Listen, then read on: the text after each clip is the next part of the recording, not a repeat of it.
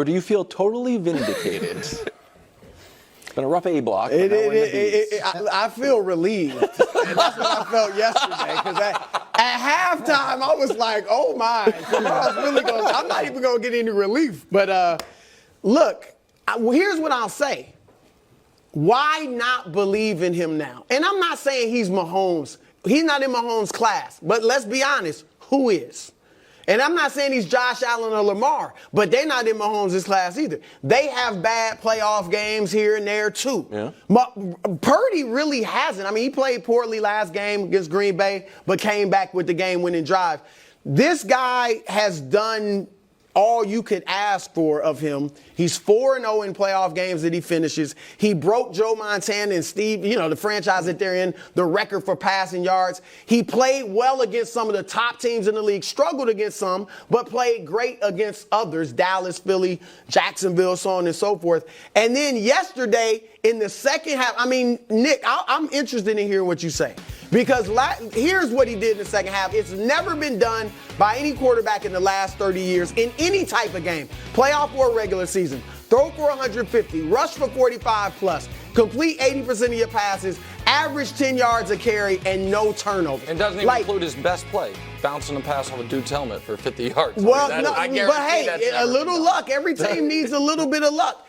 And great play by Ayuk, by the way. Yeah. But Purdy made, look at these plays. These are not game manager plays that Purdy made. So look at that. Awesome play. Yes, that looked like awesome Lamar Jackson. Play. And then that throw. Great catch, too, by Juszczyk. And here you go. Look at this. This is a scrambling. His scrambling, he doesn't know how to slide yet, clearly. But his scrambling was great. And watch this thing. This is Mahomesian. No, that's a Mahomes type play. I mean, seriously. I'm not saying he's Mahomes, but that was, you scramble a little, and that was a great play. So those are three great plays. So all I'm saying is why not believe it? I don't know. That last one I don't just consider like the first play. Really? I don't. No. But I want to give him credit for a second. So I don't want to parse that. Okay? Because I really like the scrambling. And that is an element of his game that I did not think he had at this. And people be like, oh, you weren't watching. This was the best scrambling game he's ever had. And so I like that. People have been asked, what is it going to take? I thought yesterday was so much more important and impressive than the perfect passer rating against Tampa. That perfect passer rating game didn't move me really at all. Because I've seen quarterbacks that I know are bad do something like that under those circumstances. Now, that game, do I think he played well start to finish? Absolutely not. Do I think that he was one of the major reasons they were down as big as they were? I do. And that pick early was bad. And it was that the overthrow was so bad that it became good on the pass off the guy's helmet, off Vidor's helmet. With all that said, that to me was a massive step in the right direction. Does it change the fact that I think he's their weakest link? It doesn't. But am I going to act like that was not a lot of what I wanted to see, where he plays poorly or they just are in a rough spot?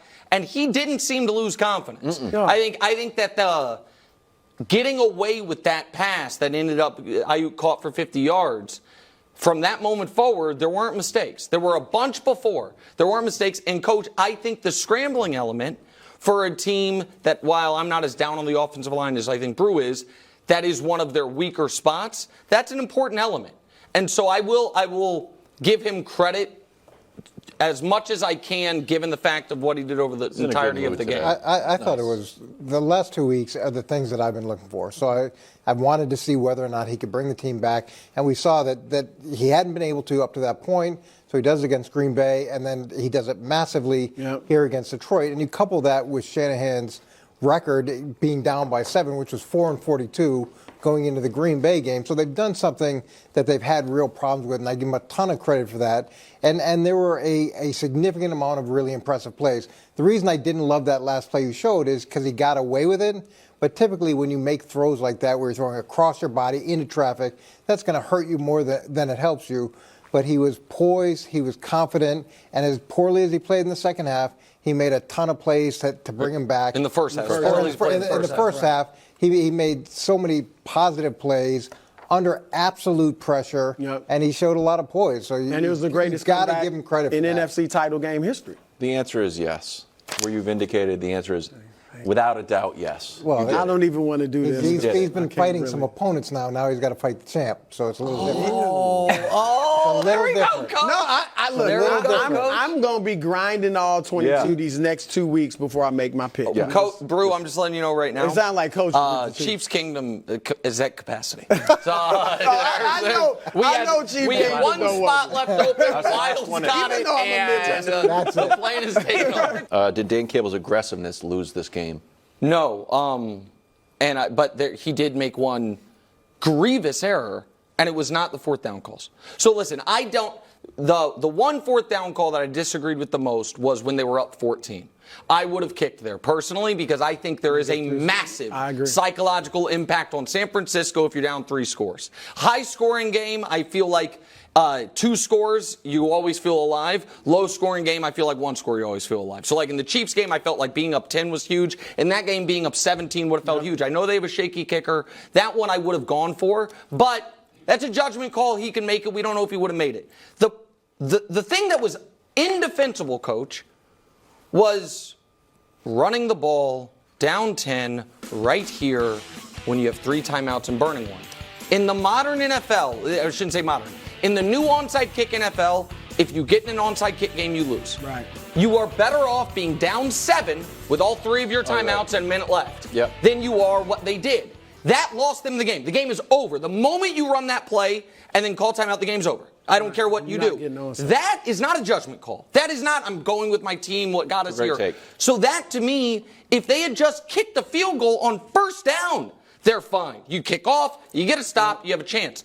So that, to me, was the massive mistake. The fourth downs are more controversial, but I at least understand the logic behind it. There was no logic behind running it, burning a timeout, now you're in an onside kick game and game's over. That's a good take. Yeah, the onside kicks where it's everybody knows you have to onside kick. The percentage of getting that is so small, and to not have the 3 timeouts, you're just conceding the game at that point. Conceding the game. So I agree with you. In terms of the fourth down, I also agree that being up 17 at that point, so it would have been 17 with essentially 22 minutes left in the game.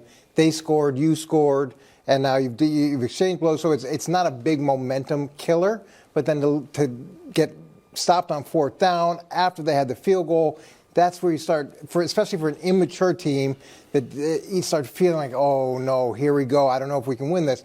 But in fairness to Dan, it is all in retrospect. And let's bring up Dan's success here. So here's what he's done in plus territory. He's had 20 attempts throughout the course of the regular season and postseason, and he's converted on 17 of them. So he's got an 85% conversion rate, and that's what he was going with, and that's what he said he's going to go with, and he stuck to it, and they've been very successful. So it didn't work, and we're a little bit prisoner of the moment because it didn't work. So now we're thinking, okay, he should have done the other thing. Right. But he's been great at it all year long. I don't think his calls, and I agree with you guys on those calls, I think he should have tried to go up 3 scores and obviously not run the ball there at the goal line. But I don't think it cost his mistakes cost them the game. I think San Francisco is the better team, and they got out slowly, and then they were rolling by that time. So I think they would have won anyway. But I disagree with you here, Nick. The 4th and 3, and I get it. They, like you said, you showed that graphic, Coach. 7.5 minutes left.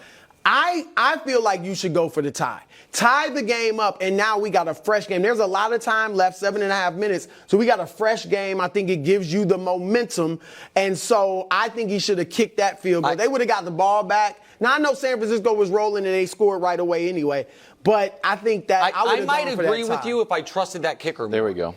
Thanks for watching. Subscribe here to get more from the show and to check out clips from other shows on FS1.